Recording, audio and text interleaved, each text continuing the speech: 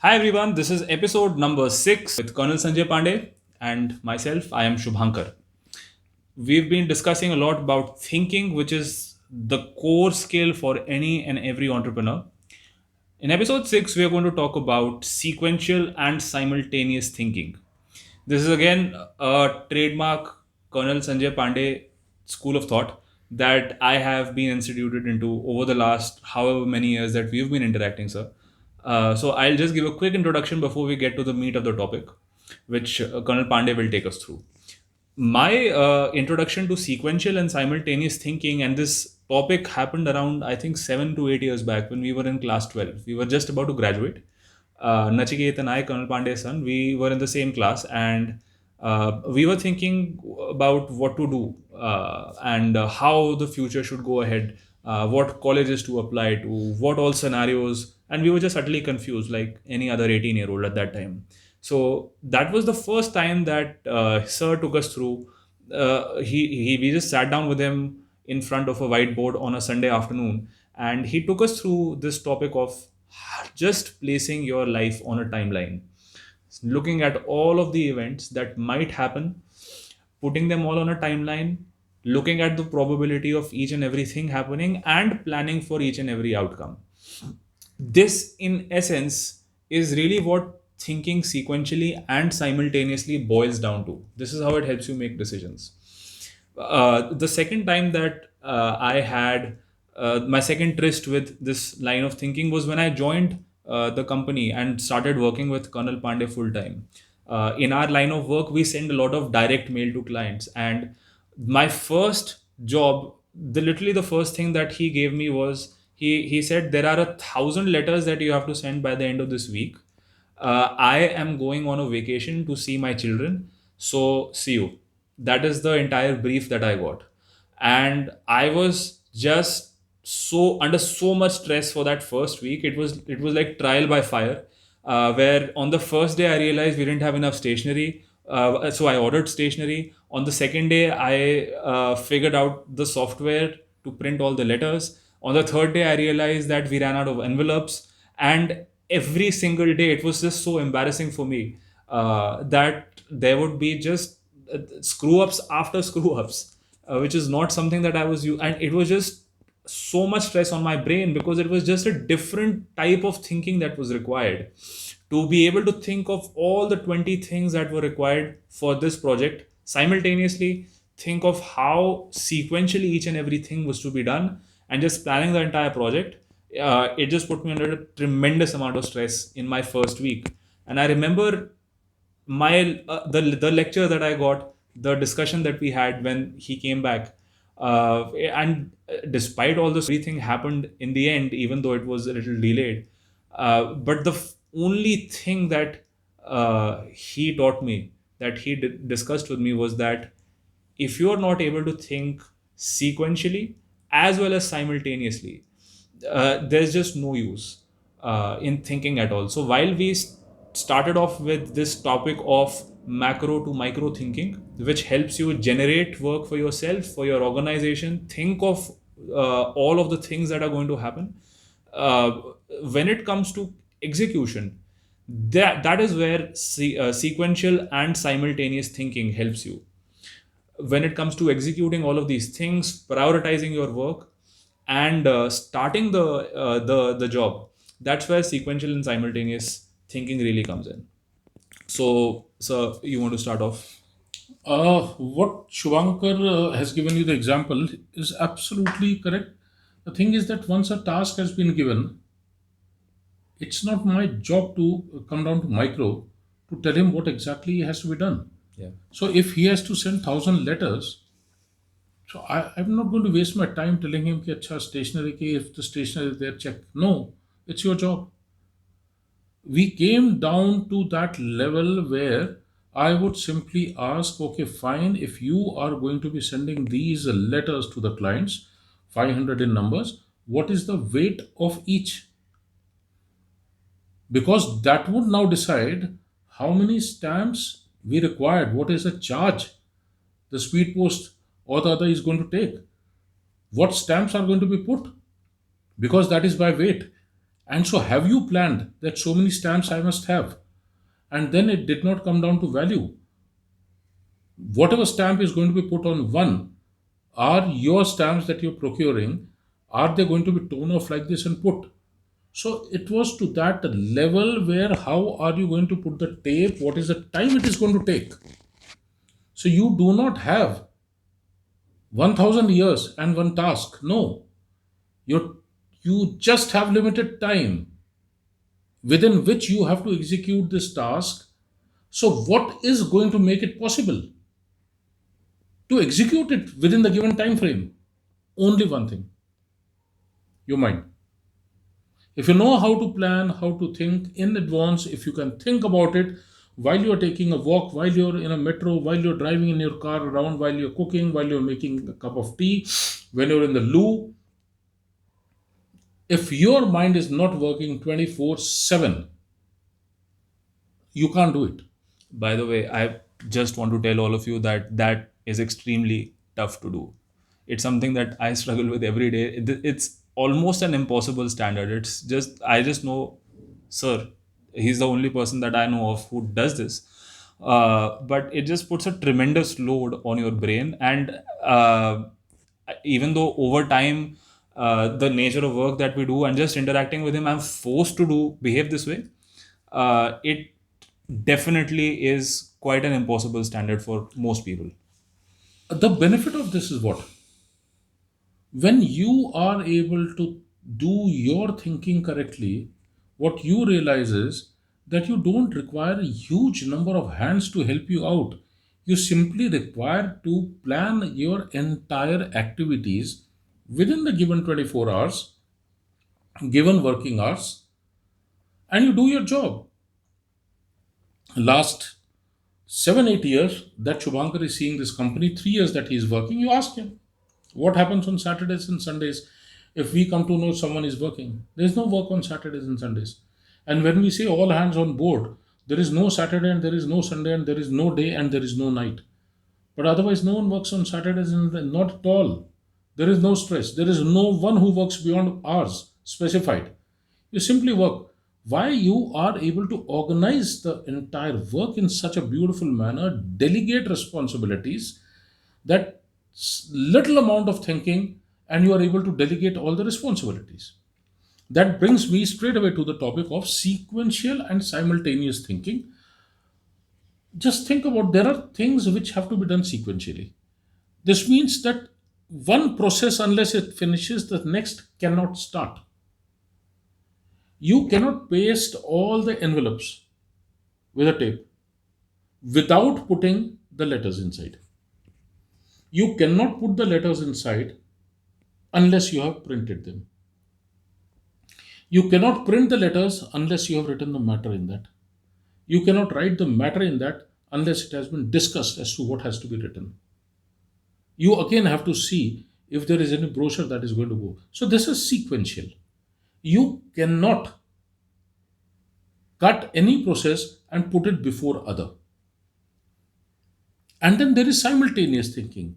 I get up in the morning and I know that there is a HDFC credit card whose the date has gone past uh, validity. It's expired. It's expired.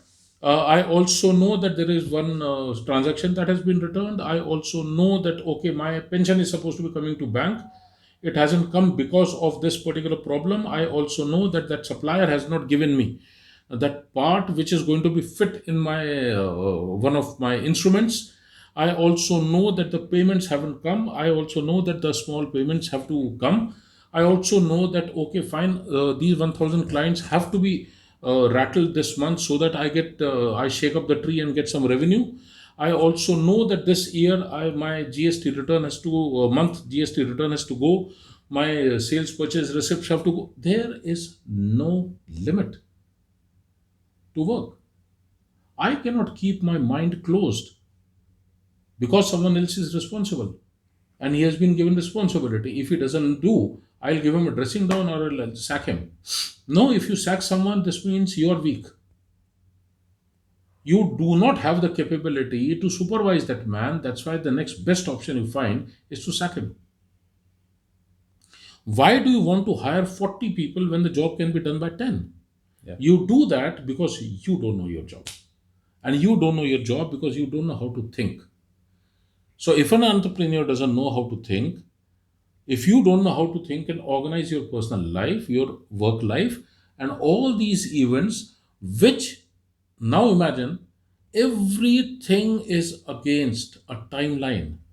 Your second clock is ticking in your watch. A second back, whatever I said or wanted to do will not come back again. Which means in this 24 hours, I must think about 100% of tasks, prioritize them. The first priority has to come first. There is something that I can postpone for a month. There is something I must do it now, something for which I am already late. So this means I must have the capability of thinking simultaneously about everything that I have to do. Now, just a word of caution.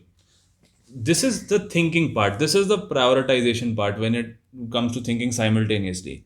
But we don't mean to say that you execute simultaneously as well. We don't advocate multitasking, which is a common misconception that people Exactly. have when it comes to this. You do one thing at a time.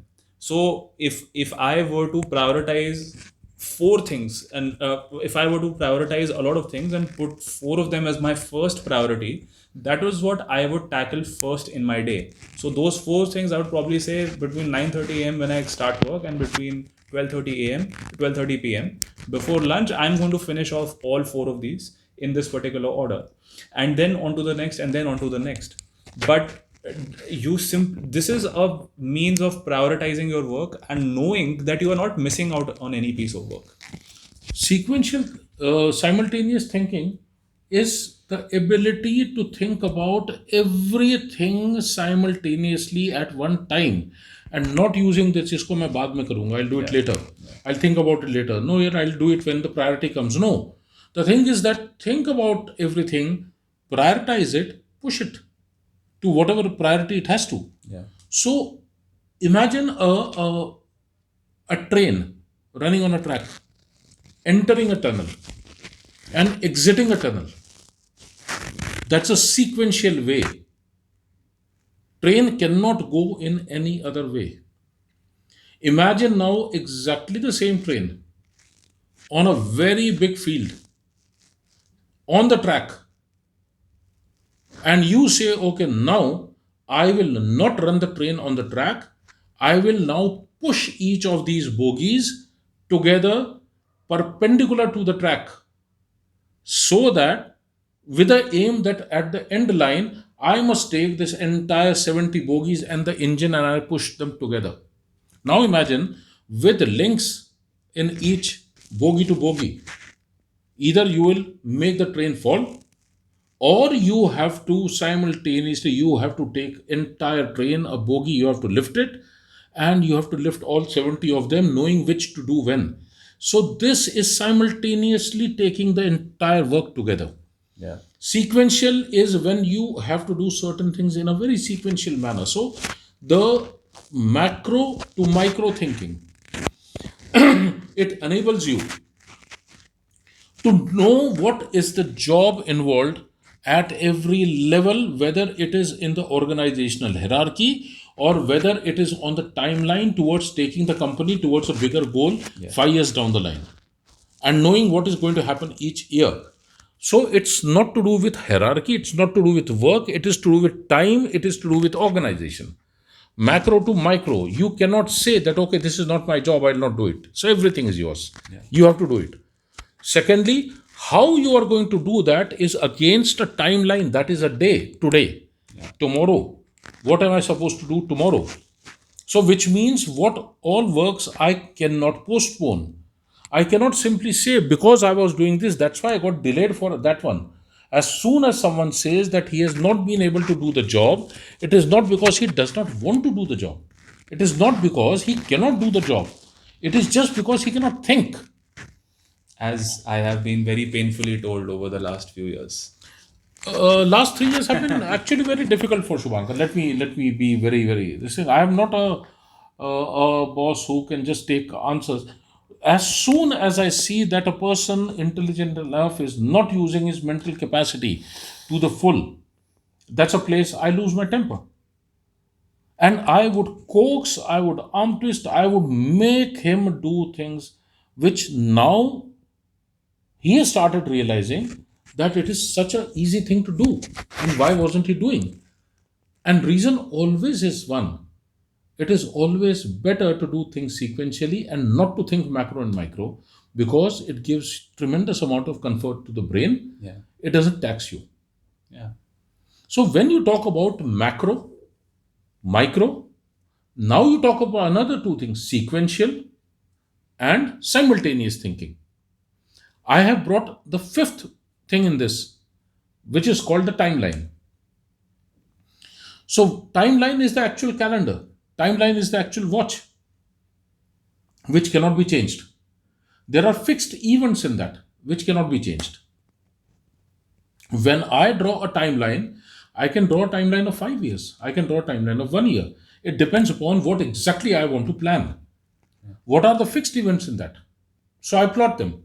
What is my macro thinking? So what all things I should achieve by what time? What are my micro things that I should achieve? What are my personal things? I plot it on the same timeline. And then I see out of this what all things I can do simultaneously, what all I can do sequentially.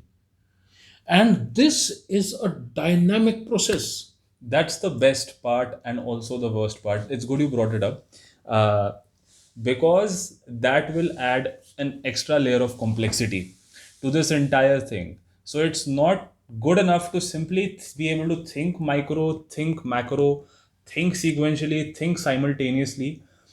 At the same time, all of these events are being influenced by something that's happening externally to you.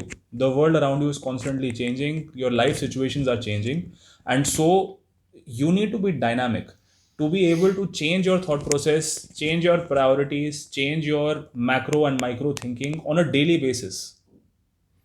Absolutely. See, when what he says is this dynamism, this is one thing which will change your plan every minute. And as soon as one factor changes, if you do not have the capability of its resultant influence or effect on all other activities that you're doing, something's going to happen. Oh, I should have done that. This is what, that's why we say, I never say that. You ask him how many times has he seen me regretting, oh, I should have done this. It never happens. When the instructions come out, when my work comes out, when the tasks come out, they are so crystal clear, it never happens. And if there is a dynamic change that has taken place, the driver is going, he's fallen sick and he has said, I'm going home. Fine, so he goes home. But the work doesn't stop, because within few seconds, within a minute, I would have reworked everything, how the driver was involved today in what all work, what is the alternate plan that must be done. Quickly, 3, 4 people, you tell them, and you let everything go. So this means you are able to react to situations because you're dynamic. Yeah. So this is where now we come to the end of this episode. Yeah. This was the sixth one. Yes. Right? Yeah. So we have discussed micro, macro, we have discussed sequential and simultaneous thing, and we have also discussed the timeline. Yeah. So now actually is the time where instead of now talking more about these things, we should straight away come down to case studies and certain theoretical things which you know, which have to be practiced. Yeah. Like I always say, break the box. And anyone who tells me, ki, okay, let's have some out of box solutions, I want to ask him, where are you? Who asked you to be there inside first? So get out of the box, break the box first. So there is nothing called out of the box. There is only one thing, that is called thinking. And if you follow whatever we are telling you in a very, very serious manner, and when exactly to think, this is one thing will a session I'll take. When exactly do I think and how do I think? How has he evolved that? And as part of our case studies, how did we practice this over a period of years is what we will take from the next episode onwards. So the next one is going to be super interesting. It's going to be a different, slightly different format. It will be a solo video with Colonel Pande, and he will take you through a specific case study on thinking out of the box and also not thinking very rigidly. It'll be about questioning your assumptions. It'll be about always questioning the status quo. So we'll do that in the next episode. But I think for today we are done, sir. Thanks a lot then. Thank you everyone for watching. See you in the next episode. Bye bye. Bye bye.